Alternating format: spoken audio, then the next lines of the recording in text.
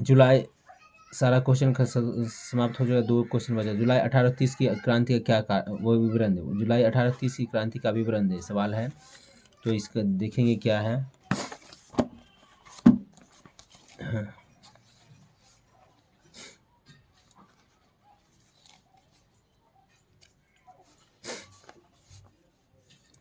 Charles दशम के शासन में जुलाई 1830 की क्रांति हुई थी, जो फ्रांस में उभर रहे राष्ट्रीयता और क्रांति को दबा रहा था।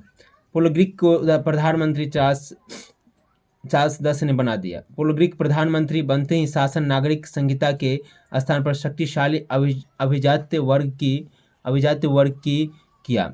मतलब जैसे कि चार्ल्स दशम प्रधानमंत्री था ना, तो चार्ल्स दशम का कहना था कि हम कुल्हाड़ी चला के खा लेंगे मगर जनता का हित नहीं करेंगे, जनता को भलाई नहीं करेंगे, जो होगा सो मनमाना करेंगे।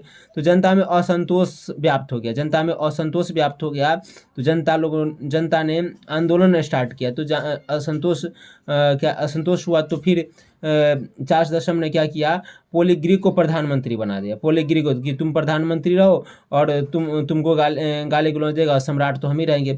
तो पोलीग्री को प्रधानमंत्री चार्ल्स दशम ने बना दिया। पोलीग्री प्रधानमंत्री बनते ही समान नागरिक संहिता के स्थान पर शक्तिशाली अभिजात्य वर्ग किया।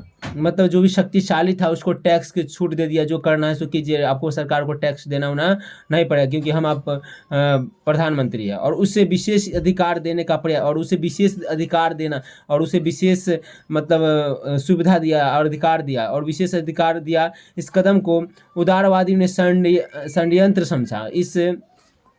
इस कदम को उदारवादियों ने षड्यंत्र समझा। फिर प्रतिनिधि सदन एवं उदारवादियों ने पोलीग्रिक को विरोध करने लगा। पोलीग्रिक को क्या करने लगा, विरोध करने लगा। मतलब सभी आदमी जो इसमें था जो विरोध करने लगा। इस विरोध के जवाब में के रूप में चार्ल्स दशम ने 25 जुलाई 1830 ईस्वी को 4 अध्यादेश द्वारा उदारवादियों को दबाने का प्रयास किया। मतलब सब विरोध करने लगा था। 4 अध्यादेश द्वारा उदारवादी को दबाने का प्रयास, जो भी उदारवादी था, जो भी मतलब इसके देश के उसके प्रति बोलता था, उसको दबाने का प्रयास किया। फिर पेरिस की लहर दौड़ी, जो फ्रांस का जुलाई 1830 की क्रांति था, जो फ्रांस का जुलाई का 1830 की क्रांति था। चलिए अगला क्वेश्चन देखते हैं।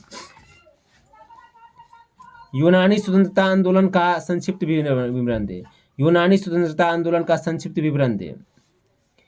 यूनान का अति फक्र करने जैसा था, फिर भी यूनान तुर्की का गुलाम था। मतलब यूनान का जो था साहित्य था वो फक्र, मतलब बहुत अच्छा था देश, मगर उसमें बहुत सारा ऐसा चीज़ था, बहुत सारा ऐसा काम करके गया था यूनानी लोग की फक्र करने वाला था, मगर तो फिर भी तुर्की का गुलाम था। वो तुर्की का गुलाम था।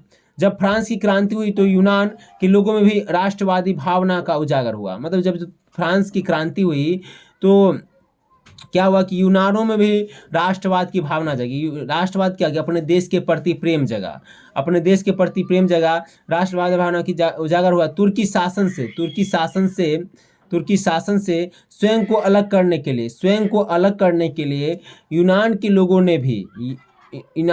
ने भी आंदोलन शुरू कर दिया। यूनान के लोगों ने भी क्या किया, अब आंदोलन शुरू कर दिया। जैसे देश की राष्ट्रवाद जगह तो आंदोलन शुरू कर दिया। जैसे ही तुर्की शासक को इस आंदोलन का पता चला तो यूनान के लोग को कुचलने लगा। मतलब तुर्की शासन को ये पता चला कि यूनान के लोग आंदोलन कर रहा, तो तुर्की के शासन ने उस यूनान के लोगों को कुचलने लगा, मतलब मारने पीटने लगा, किसी को मौत की घाट ही उतार देता था, लोगों को कुचलने लगा और आंदोलन को दबाने लगा। फिर लंदन में हुआ इस सम्मेलन के निर्णय अनुसार इंग्लैंड, फ्रांस एवं रूस